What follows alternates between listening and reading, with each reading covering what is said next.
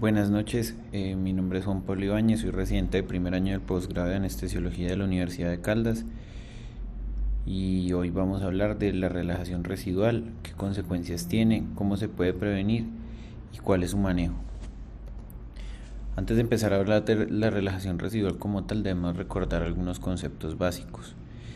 El primero de ellos es la unión neuromuscular. La unión neuromuscular es la sinapsis entre una motoneurona y un músculo y gracias a ella un proceso químico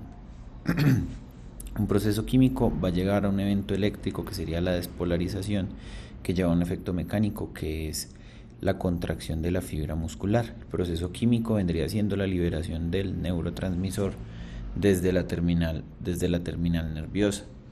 Estas terminales nerviosas tienen aproximadamente 500.000 vesículas o como también se conocen cuantas.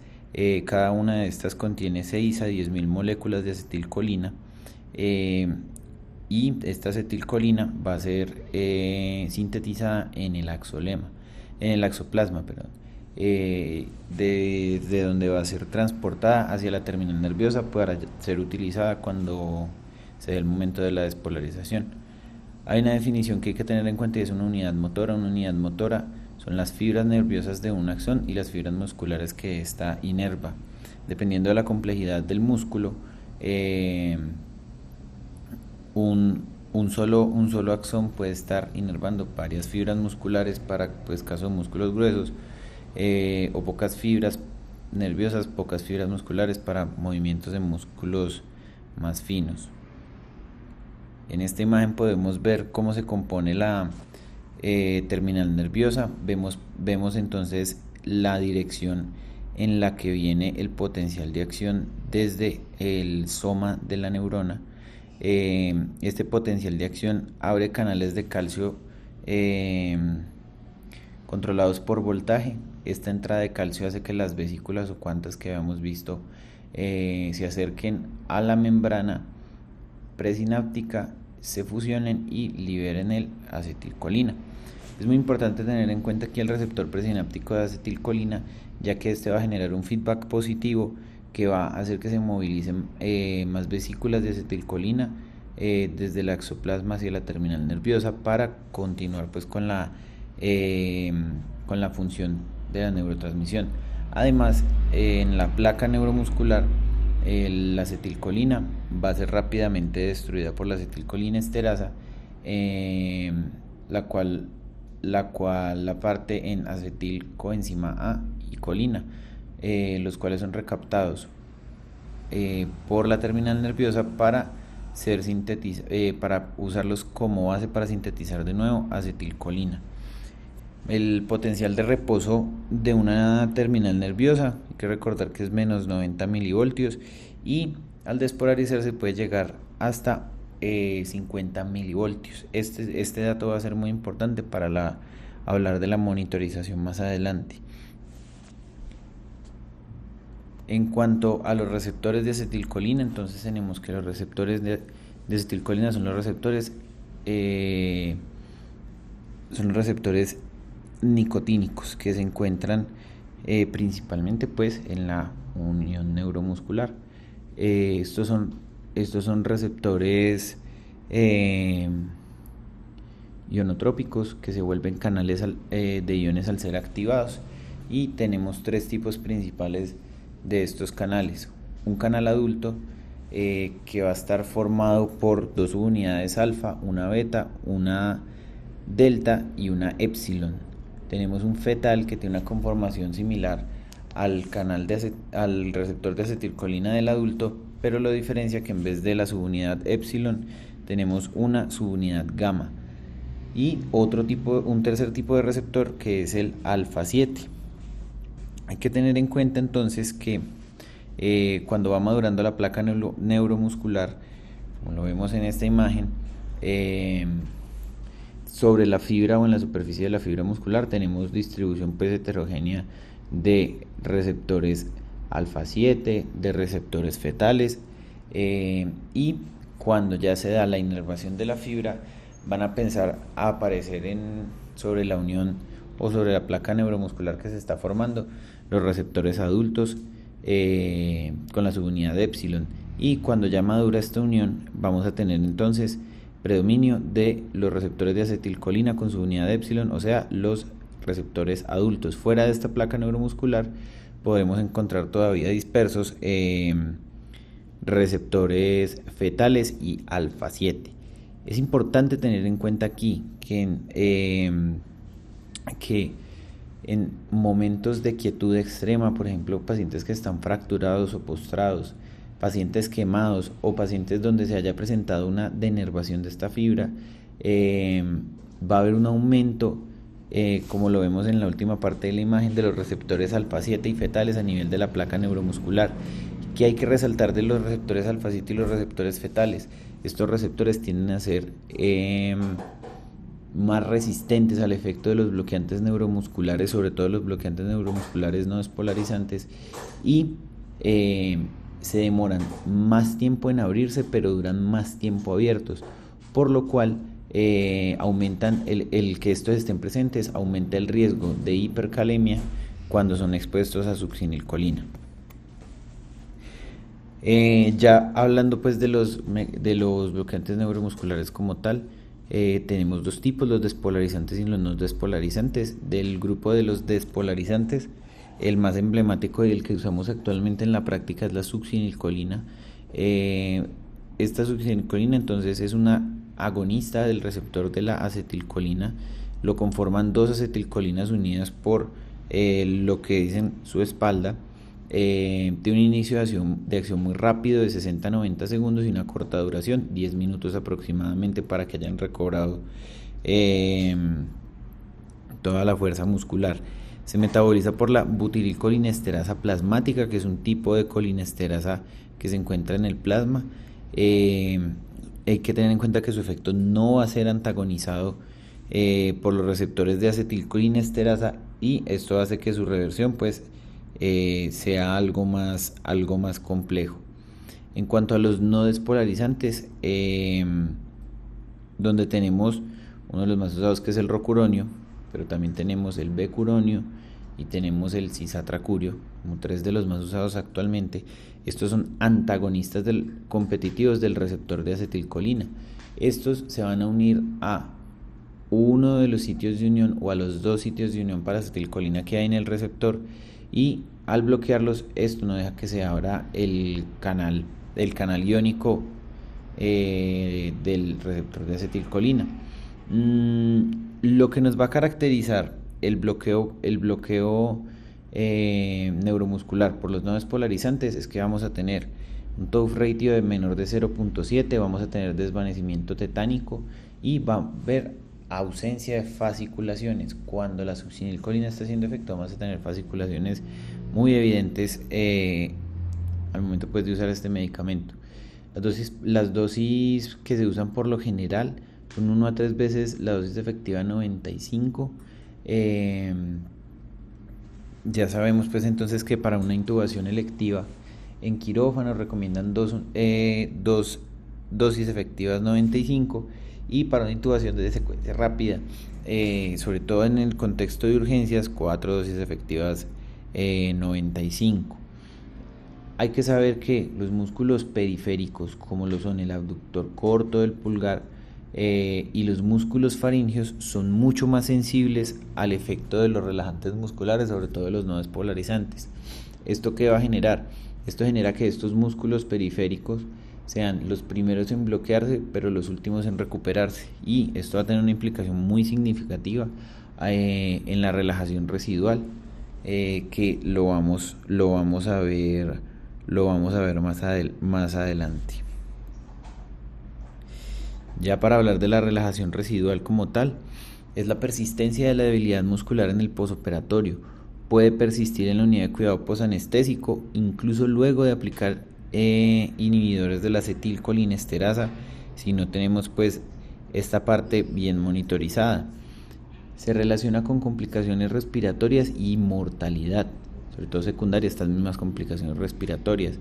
Es preocupante que en el gremio de la anestesiología Hay poca percepción de sus consecuencias clínicas, a pesar de los graves que son, y mucho de las determinaciones de relajación residual, el manejo de la relajación residual todavía se maneja por costumbres locales o por protocolos locales que no están muy apoyados en la evidencia. La selección del bloqueante neuromuscular, la reversión y el monitoreo, como lo decíamos, pues aún se guían por prácticas locales, lo cual no va a ser lo adecuado. Dentro de las definiciones que tenemos que tener en cuenta qué es una recuperación completa de un bloqueo neuromuscular. Una recuperación completa de un bloqueo es un paciente que puede tener un patrón respiratorio normal, maneja secreciones adecuadamente, mantiene permeable y protege la vía aérea. Se ha visto que para lograr estos 4 puntos, un paciente tiene que tener un TOF ratio mayor o igual a 0.9. Entonces, una relajación residual, actualmente la definición más aceptada es un TOF ratio menor de 0.9. Esto ha ido avanzando con el pasar de los años, y anteriormente se pensaba que el punto de corte era 0.7, pero se vio que músculos de la vía aérea superior todavía quedaban bloqueados, por lo cual este punto de corte se ha venido moviendo, y actualmente se propone que si yo tengo un TOF ratio con acelerómetro, que ya vamos a hablar en qué consiste este acelerómetro, debería siquiera tener el TOF ratio en 1 para considerar que el paciente tuvo una recuperación completa. En este estudio prospectivo observacional multicéntrico, lo que hicieron fue buscar en varios hospitales de Estados Unidos cuál era la incidencia de la relajación residual, y además tratar de estimar algunos factores de riesgo. Fue en 8 hospitales académicos y 2 comunitarios. Fue cirugía abdominal abierta o laparoscópica que durara menos de 4 horas, que hayan usado al menos una dosis de bloqueante neuromuscular despolarizante. Se tuvo en cuenta pacientes ASA 1 hasta ASA 3 y se tomaron en cuenta los pacientes que se extubaban en la sala. El estudio se hizo de cohortes con 255 pacientes, fue ciego simple, porque a los anestesiólogos solo se les dijo que se iba a tomar esa medida, pero no se les dijo qué resultado obtenían, para que ellos hicieran las prácticas que hacían normalmente y que fuera más acercado a la realidad. Se excluyeron pacientes menores de 18 años que iban a cirugía ambulatoria, que requieran más de un procedimiento, que requieran ventilación mecánica postoperatoria, y a quienes no se les hubiera podido hacer monitoreo de la relajación residual. ¿Qué se encontró entonces? Se encontró que en general en todos los sitios hubo una incidencia más o menos del 64.7% de relajación residual, definida como un TOF ratio menor de 0.9. Vemos que esta incidencia va a ser mucho mayor en los hospitales comunitarios que en los hospitales académicos, posiblemente debido pues a que en los hospitales académicos están entrenando nuevos anestesiólogos y utilizan con mayor juicio las técnicas de monitorización. Se encontró pues dentro de los factores de riesgo, o dentro de las poblaciones con más frecuencia de relajación residual, pacientes hombres obesos, sobre todo con índice de masa corporal por encima de 30, si todos los obesos, pacientes ASA 3, y hubo una incidencia similar al revertir con y sin estimulador de nervio periférico en este estudio. Otros factores de riesgo que tenemos que tener en cuenta para la relajación residual son edad mayor de 65 años, que el paciente tenga hipotermia intraoperatoria, la anestesia inhalada versus la anestesia total intravenosa. Se ha visto que los pacientes que reciben anestesia inhalada o balanceada van a tener una mayor duración del bloqueo neuromuscular versus los pacientes que reciben anestesia total intravenosa con propofol y remifentanil. El uso de bloqueantes neuromusculares de larga duración también me aumenta el riesgo de que haya relajación residual en el postoperatorio. La infusión de relajantes neuromusculares me va a duplicar el riesgo de que esto suceda, y no monitorizar la relajación durante la anestesia es otro factor de riesgo muy importante. Cabe decir en la parte de la temperatura, y para resaltar la importancia de la monitorización de la temperatura, que cada 2 grados Celsius que la temperatura baje de 36 se va a duplicar la duración de la relajación neuromuscular. Del estudio anterior que habíamos nombrado, se vio entonces que el sexo masculino y el índice de masa corporal se comportan como factores de riesgo estadísticamente significativos, y además el tiempo desde que se intubó el paciente hasta que se extubó también se comportó como un factor de riesgo estadísticamente significativo, probablemente debido a que en algunos pacientes alcanzaba a pasar todo el efecto del relajante neuromuscular, pero esto es algo que no se puede predecir de forma adecuada. Además, vale la pena resaltar las diferencias entre los hospitales académicos, comunitarios, donde los académicos definitivamente tuvieron una menor incidencia de relajación residual. Además, una duración menor de la cirugía podía aumentarme el riesgo también, posiblemente debido pues a que permanece el efecto del relajante neuromuscular. Se vio que estancias prolongadas hospitalarias también tuvieron pues una significancia estadística importante. La duración ya habíamos visto de la intubación orotraqueal, el tiempo desde que se administró el relajante neuromuscular hasta que se realizó la extubación también fue muy importante. Entre menor tiempo pues mayor riesgo había. ¿Qué consecuencias tenemos entonces de la relajación residual? Sabemos que hay un compromiso del tono de los músculos y de la coordinación, sobre todo en la vía aérea superior. ¿Qué pasa con esto? Entonces el paciente tiene mayor riesgo de broncoaspirarse porque no va a tener una coordinación de estos músculos para deglutir o para proteger la vía aérea en caso de vómito. También existe alteración de la fonación y de la tos por relajación de músculos laringeos. Puede haber relajación residual de músculos respiratorios empeorando la función ventilatoria y la oxigenación. Y lo que vamos a ver es que los pacientes pueden referir dificultad para respirar, debilidad generalizada, problemas para hablar. Esto les puede generar estrés y angustia y empeorar los resultados debido pues a una hiperactividad simpática por ese mismo estrés que presenta. Otros factores de riesgo importantes son que aumenta el riesgo de caídas por relajación de los músculos de las extremidades, mayor tiempo en la unidad de cuidado posanestésico y un incremento importante de los costos. Vemos que solo manejar las complicaciones respiratorias dadas por relajación residual puede costar $62,000, que es una cantidad importante de dinero.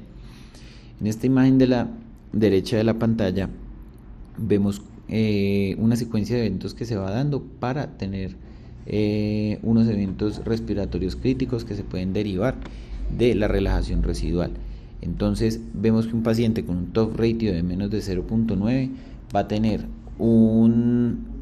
tener un impulso respiratorio menor, disminuido, lo que me puede llevar a atelectasias y a las consecuencias que vemos ahí: hipercapnia, hipoxia y aspiración.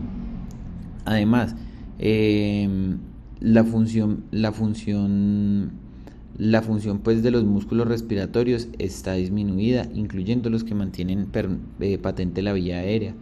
Vemos que los movimientos respiratorios no van a ser adecuados, la vía aérea superior se puede cerrar, eso me puede llevar a un edema pulmonar por presión negativa, y también pues los músculos abdominales pueden estar paralizados, disminuir la función que cumplen en la tos y aumentarme el riesgo de que el paciente tenga neumonía porque se acumulen secreciones pues en la vía aérea inferior. Por último, no menos importante, es la alteración de los músculos de la vía aérea superior, tanto para deglutir como para proteger la vía aérea. En este cuadrito nos muestran cuáles son los costos de manejar las complicaciones de la relajación residual versus tener los equipos para prevenir esta relajación residual. Entonces podemos ver que un paciente por cada minuto que se quede en la unidad de cuidado posanestésico va a ser más o menos $15 el minuto, lo cual vendrían siendo mal contados unos 60.000 pesos minuto. Y si el paciente se queda en una hora, haga cuentas pues de el costo cómo se va a incrementar. La admisión a cuidado crítico puede costar $6.000 a $10.000 por día de cuidado crítico. Las complicaciones pulmonares vimos pues que pueden costar demasiado dinero para manejarlas, y también prolongar la estancia hospitalaria me aumenta costos. Vemos entonces que estos costos siempre van a ser más caros que cualquiera de los relajantes, sea Sugamadex, sea Neostigmina, y vemos que tener un monitor de relajación residual vale $2.000 y cada repuesto vale $20. Vemos que nada más para los primeros pacientes, con menos de $2.500 tenemos para una cantidad importante de pacientes, y sale muchísimo más barato que incluso un día más de hospital por una relajación residual. Bueno, ¿qué vamos a hacer entonces para prevenir la relajación residual? Primero, usar relajantes solamente si es necesario. Puede usar un dispositivo supraglótico que es posible, si es posible pues en el procedimiento, y si necesito relajación única y exclusivamente para intubar, puedo usar succinilcolina, que en la gran mayoría de personas en 10 minutos ya no va a haber efecto y el riesgo de relajación residual pues es mucho menor. El nivel de relajación adecuado, por eso es importante la monitorización intraoperatoria. Relajo justo lo que se va a necesitar para el procedimiento. No necesito una relajación profunda que no haya ninguna respuesta al estimulador para saber que está bien el paciente, pues bien relajado. La mayoría logra un campo quirúrgico adecuado con un conteo de tren de 4 de 1 a 3. Ese más o menos es el rango que debemos mantener. Evitar los bloqueantes neuromusculares de larga acción como lo era el pancuronio, que ya es muy poco su uso. Ahora son los de moderada acción, sobre todo que vendrían siendo el rocuronio, el cisatracurio y el becuronio, y esto sobre todo por el aumento pues de complicaciones o de riesgo pues de relajación residual. El tiempo de la última dosis del bloqueante neuromuscular, siempre tener en cuenta este tiempo para elegir la reversión. Revertir con neostigmina en menos de 30 minutos desde que yo apliqué un bloqueante neuromuscular no despolarizante aumenta el riesgo de que el paciente presente relajación residual o recurización, como la conocemos, en la unidad de cuidado posanestésico. Hay que darle tiempo a la reversión. Vemos, por ejemplo, que cuando yo voy a revertir con neostigmina, recomienda que espere de 15 a 30 minutos antes de ir a extubar la paciente, para estar seguro de que hubo una acción adecuada de la neostigmina. También se ha visto pues que esta se puede demorar 5 a 15 minutos en actuar. El Sugamadex es un poco más rápido y alrededor de los 5 minutos resuelve pues la parte de la relajación del paciente. ¿Qué es lo adecuado aquí? Siempre debo monitorizar la relajación muscular, y esta es la mejor medida que voy a tener para darme cuenta si hay una relajación residual, y si la hay pues tratarla adecuadamente. En cuanto a la monitorización del bloqueo neuromuscular, entonces tenemos varios métodos. Uno son los indicadores clínicos. Estos indicadores clínicos requieren que el paciente colabore y me siga órdenes, tiene una alta tasa de falsos negativos y tiene muy poca correlación con el tren de 4. Entonces, como vemos en la tabla de abajo en este artículo de Anesthesiology, vemos que uno de los más usados, que es levantar la cabeza por al menos 5 segundos, si el paciente no es capaz de hacerlo, vemos que tiene una sensibilidad muy baja, una especificidad muy adecuada, pero vemos que habría una gran tasa de falsos negativos con esta prueba, que es usada pues extensivamente en nuestra práctica. Otros de los test clínicos que se tienen para evaluar el nivel de relajación incluyen los parámetros respiratorios cuando tengo al paciente todavía en el ventilador. Muchos, o antiguamente se decía que si un paciente ya tenía un volumen corriente normal, una capacidad vital normal, una capnografía adecuada, una presión inspiratoria adecuada, el paciente debería haberse recuperado de la parálisis. Pues no es así, porque los músculos respiratorios pueden recuperarse primero que los músculos de la vía aérea superior, por lo cual estos no son confiables. Ya nos vamos avanzando un poco en esta monitorización y tenemos el estimulador de nervio periférico. Este estimulador de nervio periférico lo que hace es que da una descarga o da un estímulo eléctrico supraumbral. Recordemos que el pico de despolarización de los nervios es 50 milivoltios y más o menos es a eso a lo que se programa el estimulador del nervio periférico. Este entonces genera una descarga supraumbral sobre el nervio y hace que el nervio descargue sus neurotransmisores sobre el área que tiene inervada, incluyendo pues esos músculos. Y lo que queremos ver es la respuesta de esos músculos, la cual nos va a indicar el nivel de relajación que tenga. Los electrodos siempre se deben ubicar sobre el recorrido del nervio, no del músculo, porque nos puede dar un falso pues positivo, por decirlo así, una contracción que está dando por el estímulo eléctrico directo del pulso y no nos asegura que esté el paciente sin relajación. Los estímulos pues supramáximos suelen ser de 50-80 miliamperios con una duración de 0.2 a 0.3 segundos, que se ha visto es mejor no pasar de 60 miliamperios porque ahí empieza a aumentar el riesgo de que haga descarga sobre uno de los músculos y me dé una medida falsa. Los sitios para monitorizar, entonces tenemos el nervio ulnar, que es uno de los más utilizados, busca la respuesta del aductor del pulgar y tiene muy buena correlación con la función de los músculos faríngeos. Otro que se usa es el nervio facial. Tiene una menor correlación con los músculos faringeos, tiene buena correlación con el diafragma y los músculos laringeos, pero sin los faringeos se puede quedar un poco corto. Lo que pasa aquí es que pues por lo pequeño de los músculos de la cara y la cercanía que tiene el nervio facial con ellos, hay un alto riesgo de estimulación muscular directa y que nos dé una medida inadecuada. El nervio tibial posterior es otro método adecuado, tiene una buena correlación con medirlo en el nervio ulnar. Ya vamos a ver cómo se pone bien los electrodos, se ponen justo por encima del maléolo medial y lo que uno espera ver ahí es la flexión o la plantiflexión del pie. Hay una cosa, un concepto que parece muy lógico, pero siempre hay que repetirlo.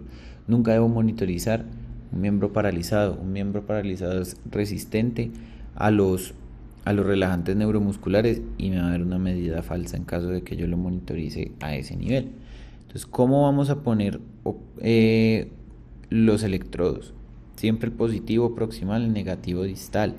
Vemos entonces aquí en la imagen de arriba que va sobre el recorrido del nervio cubital y aquí están haciendo una medición subjetiva de estas respuestas. Para el facial hay dos formas. Una con el polo negativo hacia arriba, justo en la zona preauricular del paciente. Pero esta tiene mayor riesgo de estimulación muscular que esta, donde se pone la parte positiva o el electrodo positivo sobre la mastoides y el negativo casi sobre el trago. Y lo que uno va a ver es los movimientos de la ceja y del orbicular del ojo especialmente. El del pie, uno puede poner el acelerómetro o el kinesiómetro en el dedo gordo del pie, ubica los electrodos y uno ve que la planta del pie pues hace plantiflexión. También yo puedo mejorar la confiabilidad de la medición en la cara poniendo el acelerómetro en el párpado o encima de la ceja. Este diagrama es muy importante porque nos va a mostrar la correlación entre los grupos musculares cuando se están recuperando de un bloqueo neuromuscular. Entonces vemos que lo que son la laringe, el diafragma y el corrugador, pues el corrugador de la ceja, que es este CS, tiene una recuperación muy similar. Sin embargo, hay que tener en cuenta que músculos de la vía aérea, los músculos de la vía aérea superior que vendrían siendo, que pues aquí lo viene representando el geniogloso, vemos que este no tiene una buena correlación con estos de arriba, ni siquiera con los músculos abdominales, pero sí tiene una buena correlación con el músculo abductor del pulgar que vemos al estimular el nervio cubital, por lo cual este, digamos, es uno de los mejores sitios para monitorizar. Tenemos entonces acá la monitorización cualitativa. La monitorización cualitativa es que yo veo o toco o veo y toco cuál es la respuesta al estimulador de nervio periférico. Se cree que pues la valoración táctil puede ser un poco mejor que la visual, y lo que uno va a ver es si las contracciones son simétricas y de una fuerza adecuada. Pero se ha visto que este no es el indicado, o no es el tipo de monitorización adecuada, porque anestesiólogos poco experimentados, recién graduados, residentes, solo eran capaces de detectar TOF ratios menores de 0.3. Los más experimentados, el 80%, no detectó TOF ratio que estuvieran por 0.5 a 0.7, que todavía tienen relajación residual. La mayoría sí detecta cuando está por encima de 0.4, pero entonces no es una medida confiable.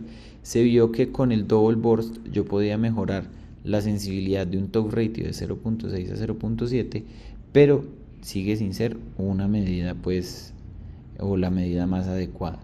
Aquí está cómo han ido cambiando los conceptos de relajación residual a lo largo de los años, y vemos que entonces si yo quiero determinar un TOF ratio mayor de 0.9, simplemente no hay un examen clínico adecuado como para los otros.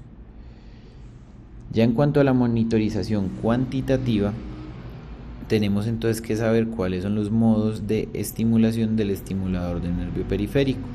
Tenemos entonces, de los que existen, estos tres principales, que son los que más se usan en nuestra práctica. Uno es el tren de 4. El tren de 4 son 4 estímulos supramáximos a 2 Hz, de al menos 10 segundos de diferencia entre cada tren de 4. Aquí en estos casos yo voy a ver desvanecimiento, o sea que se van debilitando cada vez más las contracciones cuando uso bloqueantes no despolarizantes, pues conforme se va estableciendo su efecto.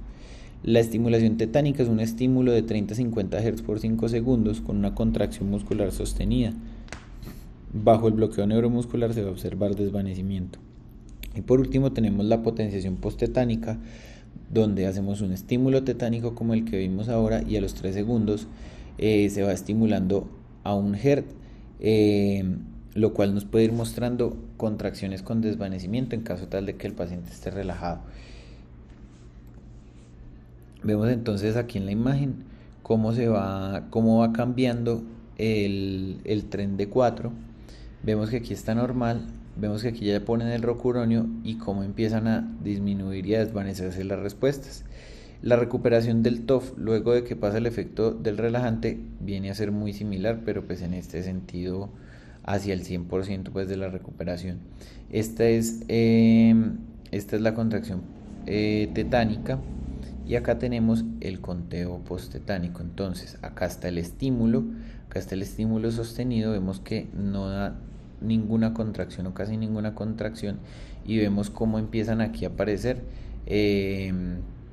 las estimulaciones posttetánicas o las potenciaciones posttetánicas. ¿Cuál es la razón de ser de esto? Yo con la contracción tetánica recluto cuantas hacia la terminal nerviosa, y con el conteo posttetánico lo que voy a hacer es tratar de que se liberen esas vesículas y haya contracción. Lo que esto nos va a indicar es que el paciente todavía tiene relajación residual, pero no tiene bloqueados los receptores de acetilcolina presinápticos.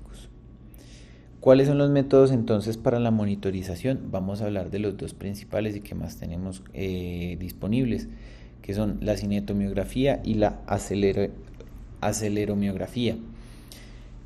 Entonces, ¿en qué consisten estos aparatos? Estos aparatos consisten en que yo tengo estos electrodos aquí sobre el camino del nervio cubital en ambos pacientes.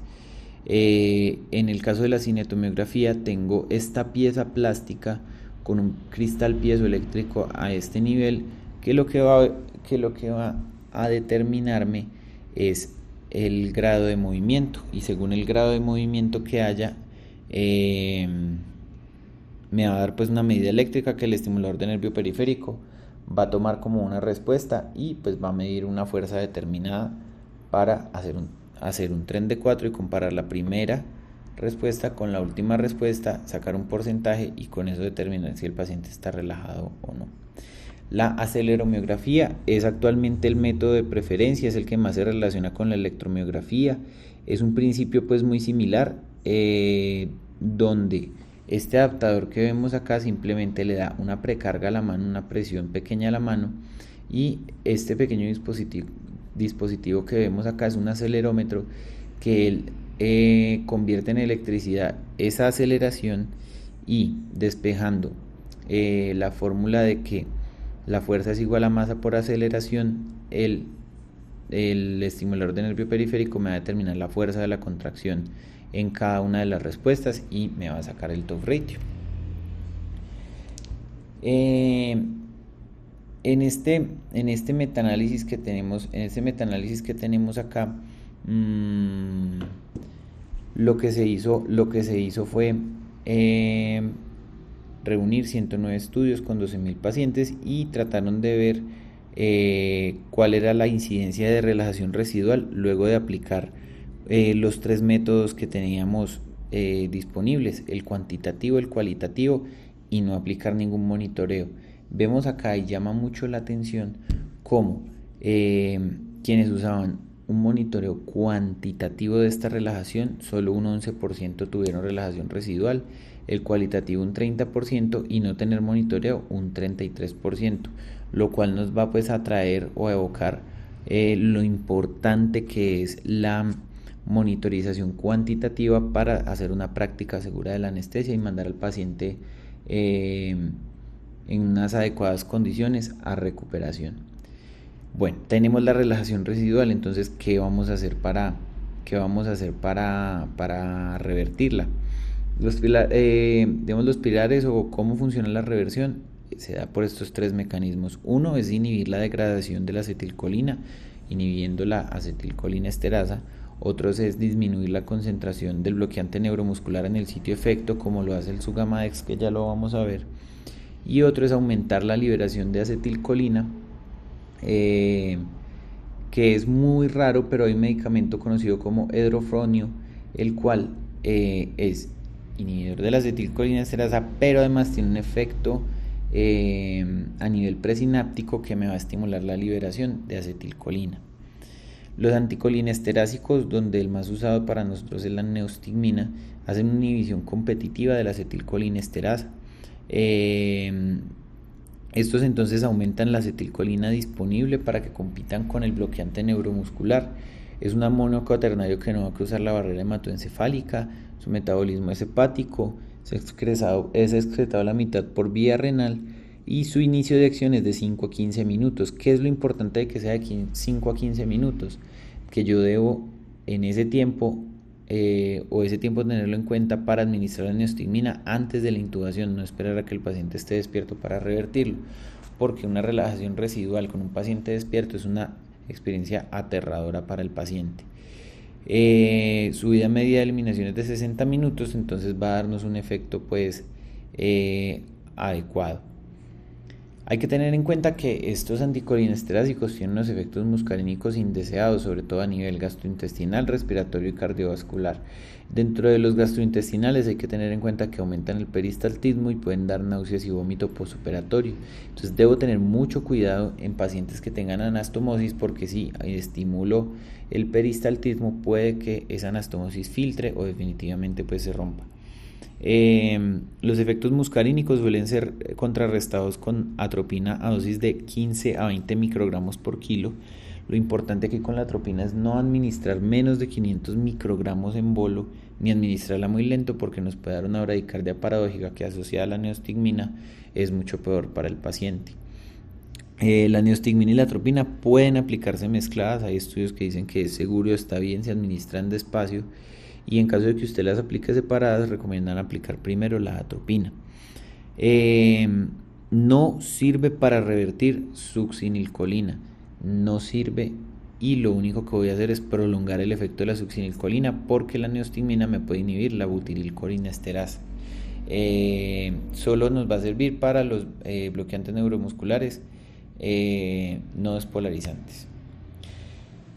Contraindicaciones y precauciones de la neostigmina: la peritonitis, la obstrucción intestinal u urinaria. Tener precaución pues también en las cirugías que tengan anastomosis en el intestino o en el colon.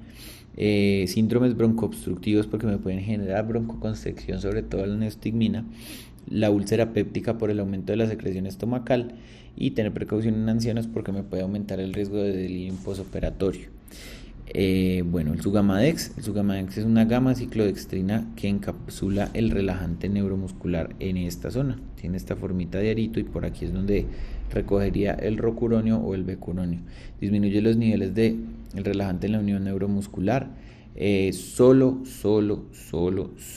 sirve para relajantes aminoesteroideos, como lo son el rocuronio y el becuronio. Si yo tengo el paciente relajado con cisatracurio, el Sugamadex no me va a servir. Inicia su acción en 3 minutos aproximadamente y el 95% es eliminado por la orina. Hay que tener en cuenta y advertirle sobre todo a las pacientes mujeres en edad fértil que el Sugamadex me va a disminuir los niveles de anticonceptivos orales, ya que estos son esteroides y también se van a ver atrapados por él. Su principal riesgo son las reacciones anafilácticas seguidos de arritmia y algunos casos de hipotensión. Son raros, pero están descritos, y en los países donde se ha usado más el Sugamadex se han empezado pues a describir estos fenómenos con un poco más de frecuencia. Es mucho pues más costoso que la neostigmina, eso sí es una verdad en este momento, y su dosis va a depender de la profundidad del bloqueo neuromuscular. No es una dosis pues la misma para todo el mundo, ya vamos a ver la dosis específica por cada peso. Bueno, en uno de los artículos revisados nos recomendaban esta estrategia de monitoreo cuantitativo y reversión. Esta estrategia está enfocada en economizar también, teniendo en cuenta pues qué puede ser lo más caro, qué puede ser lo más barato, en fin, pues lo más costo efectivo. Si vemos que el paciente entonces tiene un TOF mayor de 0.9 o de 1, no hay necesidad de hacer reversión y podemos estar tranquilos. Si tiene un tren de 4 entre 0.4 y 0.9, hay que revertir el paciente. Ya esto es una relajación moderada y el paciente podría salir perfectamente con 30-40 microgramos por kilo de neostigmina. Ya por debajo de 0.4 tenemos riesgo con la neostigmina de que haya una recurarización posterior, por lo cual aquí empiezan a recomendar el uso del Sugamadex, inicialmente una dosis baja de 2 miligramos por kilo. Ya cuando una relajación un poco más profunda, donde no vemos un TOF ratio, sino que vemos un conteo de 1 en el tren de 4 o un conteo postetánico de 0, ya hay un bloqueo un poco más profundo y requiere Sugamadex 4 miligramos por kilo.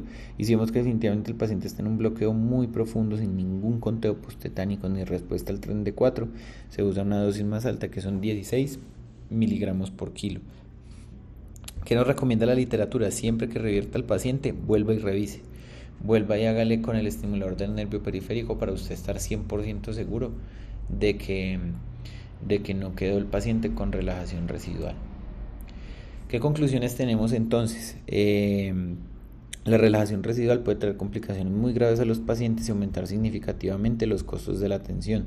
Es más barato tener un equipo de monitoreo de la relajación residual y los medicamentos para revertir que manejar las complicaciones de la relajación residual. Esto es un evento frecuente que lo vamos a ver muchas veces en nuestra práctica diaria, nuestra práctica clínica, Los signos clínicos y la valoración cualitativa no son confiables, se debe hacer valoración cuantitativa. Debemos monitorizar siempre la relajación cuando usemos bloqueante neuromuscular y ningún medicamento de los que se usa para revertir está libre de reacciones adversas, ni la neostigmina ni el Sugamadex. Muchas gracias por su atención.